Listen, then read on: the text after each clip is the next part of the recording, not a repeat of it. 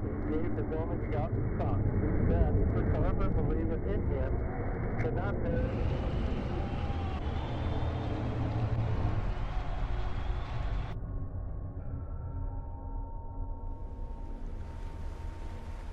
Juni 1947, Perang Dunia II baru saja berakhir. Malam itu, radio udara di Samudra Hindia dipenuhi suara statis. Di tengah deru ombak dan derak mesin kapal-kapal raksasa, sebuah sinyal Morse muncul pelan dan terputus-putus seperti diketik oleh tangan yang sudah kehabisan tenaga.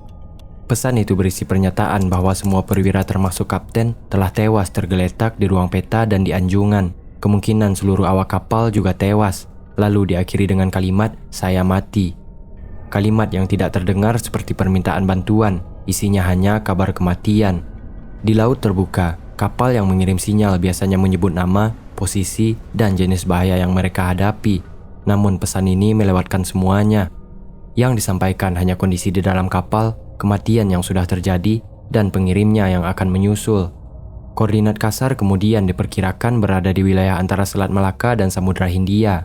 Di antara kapal-kapal yang mendengar sinyal itu, ada satu kapal Amerika yang memutuskan untuk berbalik arah. Di bawah pimpinan kaptennya, mereka mengubah haluan menuju titik perkiraan sumber pesan. Beberapa jam kemudian, mereka melihat sebuah kapal tua terapung tanpa gerakan. Kapal itu seperti dibiarkan berhenti begitu saja. Tim naik ke atas kapal itu dengan senjata dan senter. Sesaat setelah mereka menginjakkan kaki di dek kapal, mereka dikejutkan dengan pemandangan yang mengerikan. Tubuh-tubuh yang sudah tidak bernyawa tergeletak di lantai, ruang kemudi, dan di beberapa bagian kapal. Semuanya memperlihatkan posisi yang aneh, mulut menganga dan mata yang terbuka lebar, seolah mereka melihat sesuatu yang sangat mengerikan di detik-detik terakhir hidup mereka. Beberapa menit setelah tim berada di atas kapal, asap tipis mulai keluar dari palka bawah. Kapten memerintahkan semua orang kembali ke kapalnya. Belum sempat mereka memeriksa muatan dan mengevakuasi mayat, ledakan terjadi di bagian tengah kapal. Api menyembur dari lambung, dan dalam waktu singkat, kapal itu terbelah dan tenggelam ke dasar laut, membawa bukti fisik, para mayat, dan jawaban tentang penyebab kematian mereka. Kabar ini menyebar cepat di antara para pelaut dan operator radio, menimbulkan pertanyaan besar tentang apa yang sebenarnya terjadi di dalam kapal yang kemudian dikenal sebagai SS Orang Medan itu.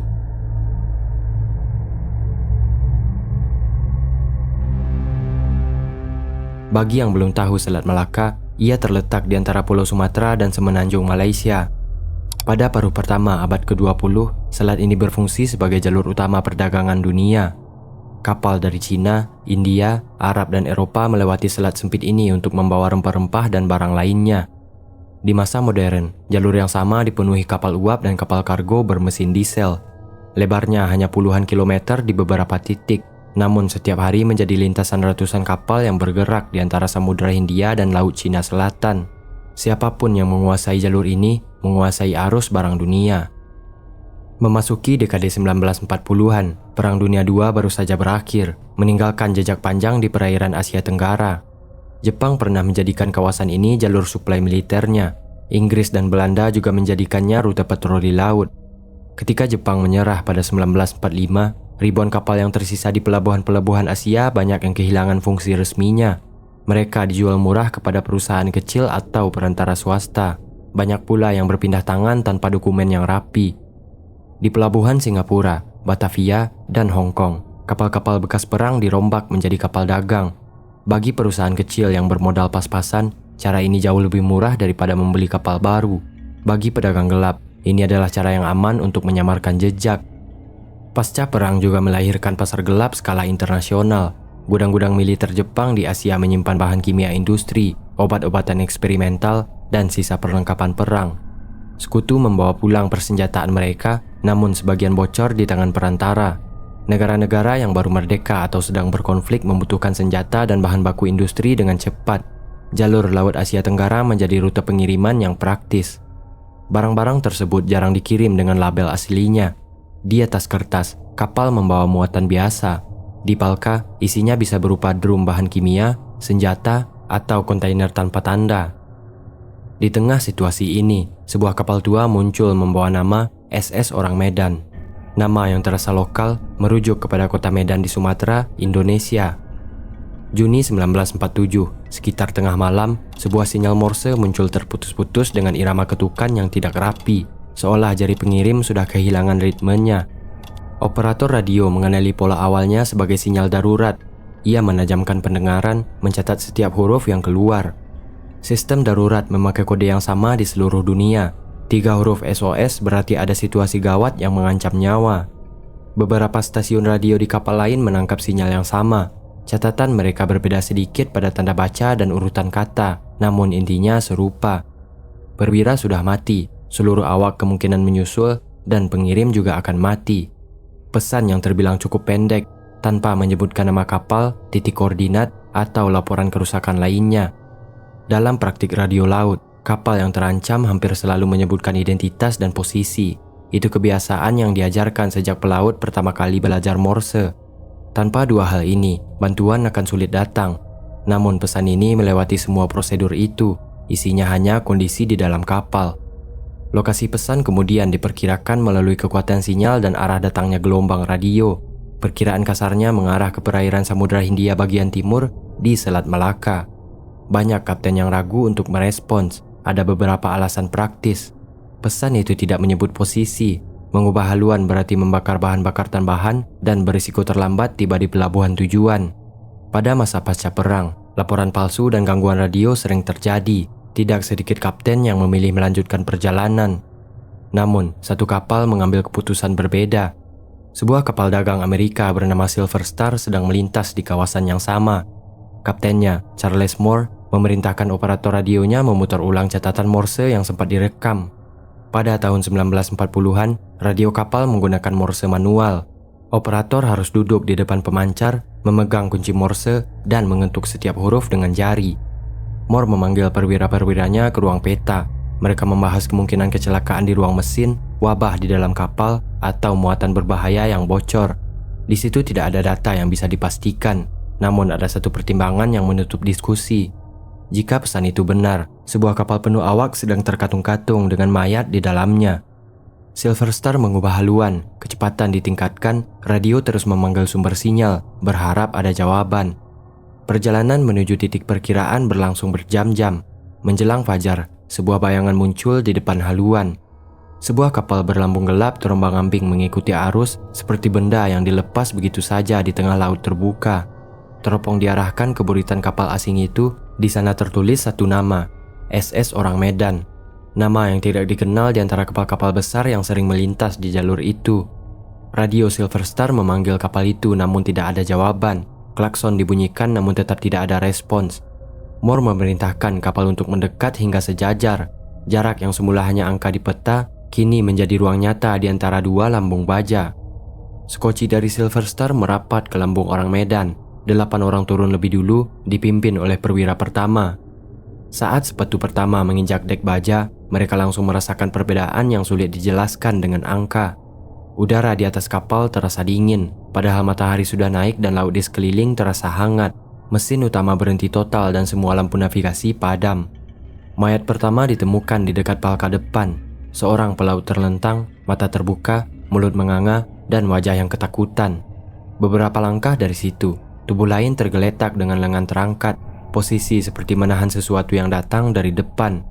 Postur ini juga terlihat pada beberapa awak lain, seolah semua orang melihat ancaman dari arah yang sama dalam waktu yang hampir bersamaan. Tim bergerak ke arah anjungan. Di ruang kemudi, kapten ditemukan dengan mata yang terbelalak dan bahu yang condong ke depan. Di ruang peta, beberapa perwira tergeletak di sekitar meja.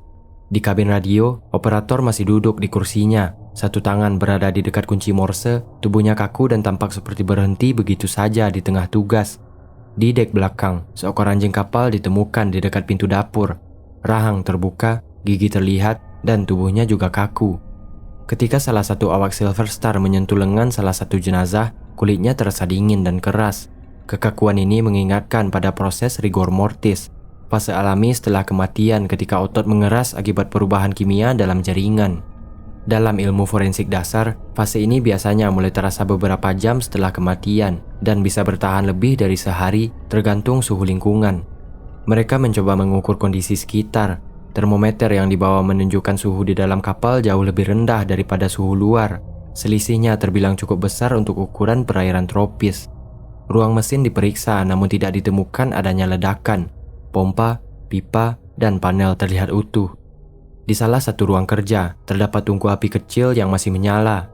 Api ini sebenarnya lazim dipakai untuk memasak atau menghangatkan ruangan. Namun pada siang hari, fungsinya nyaris tidak dibutuhkan.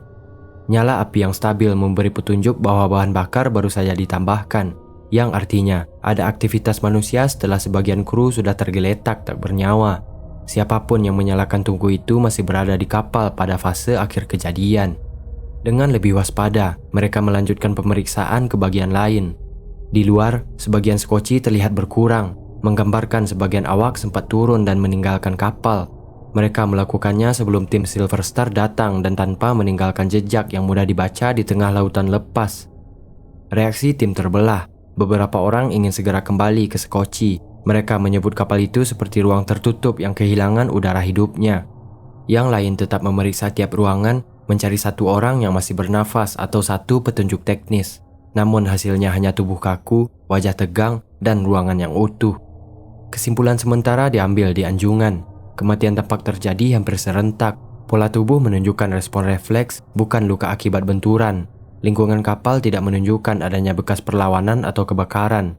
Semua ini membuat penyebabnya mengarah kepada sesuatu yang bekerja cepat dan menyebar ke seluruh kapal.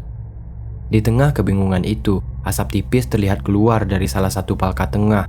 Bau yang terbawa angin menusuk hidung dan membuat mata perih. Bau yang berbeda dari solar atau kayu terbakar dan lebih mirip campuran bahan kimia dan sesuatu yang tidak mereka ketahui. Perintah turun dikeluarkan. Tali dilepas, skoci didorong menjauh dari lambung orang Medan. Di Silver Star, persiapan penarikan mulai dilakukan. Kapal mati itu akan dibawa ke pelabuhan terdekat untuk diperiksa lebih lanjut. Beberapa menit kemudian, saat kabel penarik baru saja dikaitkan, asap berubah menjadi lebih tebal. Dari palka tengah, tekanan terlihat semakin meningkat. Awak dari Silver Star segera memutus kembali sambungan, dan hanya beberapa saat kemudian, ledakan terdengar dan suara keras memecah udara, diikuti getaran yang terasa sampai ke lambung Silver Star. Saksi di dek melihat badan orang Medan terangkat dari air sebelum akhirnya terbelah di bagian tengah. Api muncul di tengah kapal, menyapu kedua arah. Potongan baja dan kayu terlempar ke laut. Dalam waktu singkat, kapal itu miring lalu tenggelam, membawa bukti fisik, para mayat, dan jawaban tentang penyebab kematian mereka.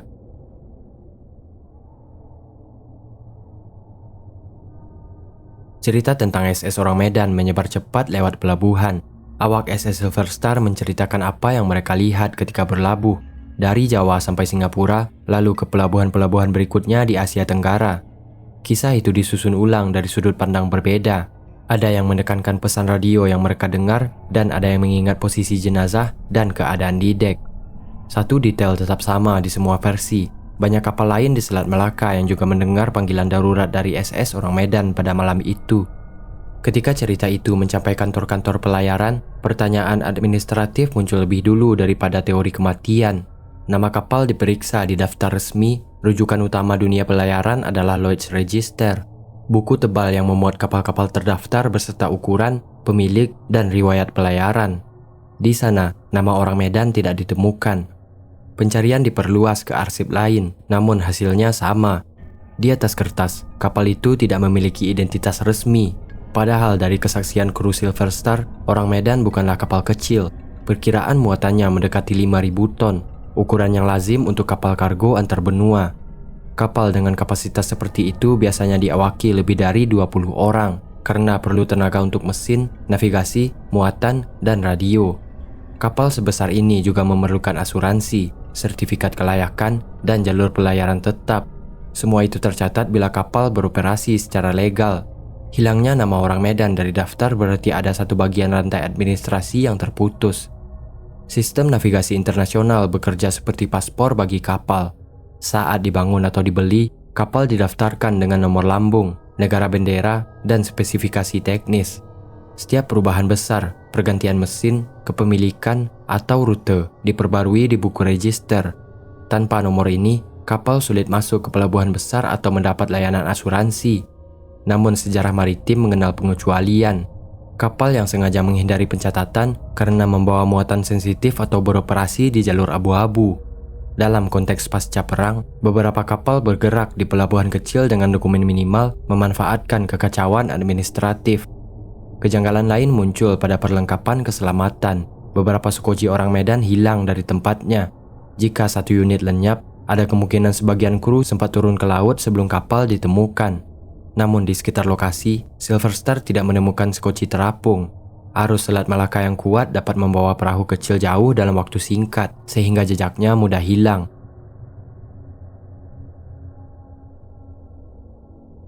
Penyelidikan berpindah ke ranah teori. Tanpa bangkai kapal dan catatan muatan, penjelasan harus dibangun dari potongan kesaksian dan konteks sejarah. Di sana muncul beberapa garis besar dugaan yang terus dibahas sampai sekarang. Seorang penulis Jerman bernama Otto Mielke menerbitkan artikel yang menyebut bahwa orang Medan kemungkinan membawa kargo berbahaya. Versinya menyebut campuran potasium sianida dan nitrogliserin, dua bahan yang mempunyai sifat saling memperparah.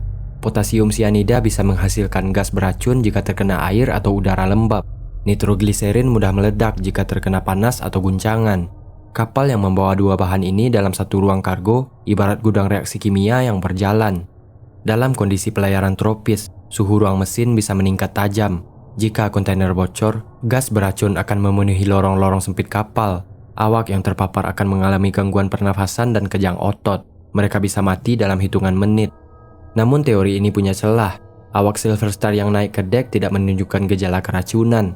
Oleh karena itu, muncul teori yang lebih spesifik, yaitu senjata saraf. Selama Perang Dunia II, Jerman mengembangkan senjata kimia generasi baru bernama tabun. Zat ini menyerang sistem saraf, korbannya mengalami kejang, otot mengeras, mata terbuka lebar, dan rahang yang mengatup kuat. Banyak laporan medis dari masa itu menggambarkan ekspresi korban yang mirip dengan apa yang dilihat di orang Medan. Keunggulan tabun bagi militer adalah zat ini mudah menguap dan sulit dideteksi setelah beberapa waktu.